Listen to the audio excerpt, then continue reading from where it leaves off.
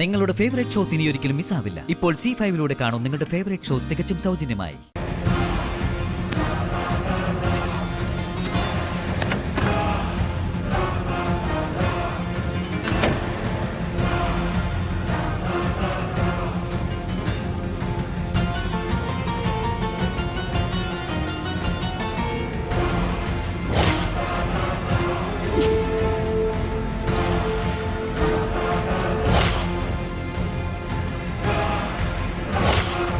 ഞങ്ങൾ ഇവിടെ പലതും ചെയ്യും.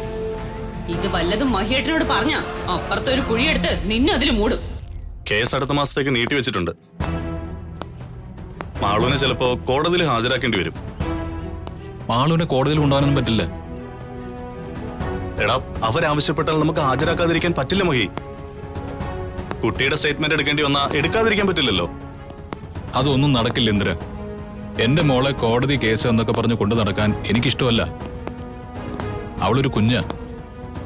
ഇത്തരം കാര്യങ്ങളൊന്നും അറിയാനോ മനസ്സിലാക്കാനുള്ള വിവേകമൊന്നും അവൾക്കായിട്ടില്ല.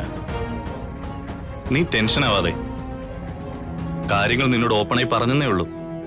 മാളുവിനെ കോടതി വരെ എത്തിക്കാതിരിക്കാനല്ലേ ഞാൻ ശ്രമിക്കൂ. അറിയാം ഇന്ദ്ര, നീ എന്തെങ്കിലും ഒരു വഴി കാണണം. ഈ ചെറുപ്രായത്തിലെ ഏറ്റവും വലിയ വേദന അവൾക്ക് കിട്ടിക്കഴിഞ്ഞു.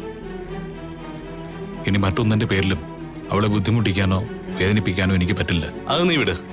ആ കാര്യം ഞാൻ നോക്കിക്കോളാം.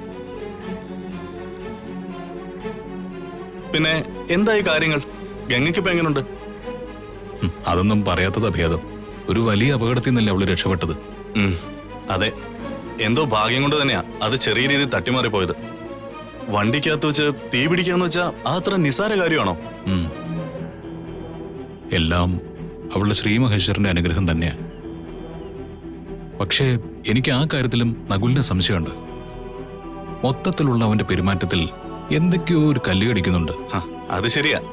പക്ഷേ അവനാണ് ഗംഗയെ രക്ഷിച്ചെന്നല്ലേ നീ പറഞ്ഞത്? അതെ, അതിൽ അവന് പൊള്ളലും പറ്റിയിട്ടുണ്ട്. ഒന്നുകിൽ അവനൊരു പാവാണ്, നല്ല മനുഷ്യൻ. അതല്ലെങ്കിൽ പഠിച്ച കള്ളൻ. ഒന്നിനും ഒരു ഉറപ്പുമില്ലാത്ത സ്ഥിതിക്ക് നമ്മൾ സൂക്ഷിച്ചേ മതിയാവും. അതെ, പക്ഷേ അവൻ ഗംഗയെ തന്നെ ലക്ഷ്യം വെച്ചതിന്റെ കാര്യമാണ് അറിയേണ്ടത്.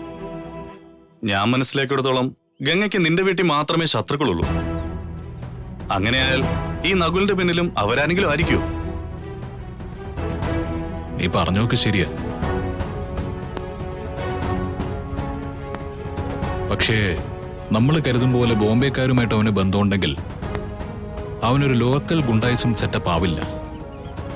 അവരെ സംബന്ധിച്ചിടത്തോളം എങ്ങും പ്രായമായ ഒരു മുത്തശ്ശി മാത്രമുള്ള അനാഥ പെൺകുട്ടിയാ. അങ്ങനെയുള്ള പെൺകുട്ടികളെ മാത്രം ടാർഗറ്റ് ചെയ്യുന്ന ആളുകളും ഉണ്ടല്ലോ. അതിൽപ്പെട്ടതാണെങ്കിലോ ഈ നകുല്. നീ പറഞ്ഞതിലും സാധ്യതയുണ്ട്. പക്ഷെ അങ്ങനെയാണെങ്കിൽ കൈലാസമായിട്ട് ബന്ധമുണ്ടെന്നറിഞ്ഞപ്പോ അവൻ പിന്മാറിയേനെ, ഇല്ലേ? അതും ശരിയാ. ഇപ്പോഴും പിടികിട്ടാത്തൊരു വ്യക്തിത്വം തന്നെയാ നകുല്. ഒരുപക്ഷെ അവൻ അവന്റെ കഥയിലെ പോലെ നല്ലവനും ആകാം. തെറ്റുപറ്റാത്ത ആളുകളില്ലല്ലോ. പറ്റിയ തെറ്റുകളിൽ പശ്ചാത്തപിച്ച് നല്ലൊരു ജീവിതം ആഗ്രഹിച്ച് നടക്കുന്നവനാവാനും വഴിയുണ്ടല്ലോ. ഏതായാലും അവന്റെ പിന്നിലെ സത്യം കണ്ടെത്തിയേ മതിയാവൂ. ഡൗൺലോഡ് ചെയ്യൂ C5 ആപ്പ്. കാണൂ എല്ലാ എപ്പിസോഡുകളും സൗജന്യമായി.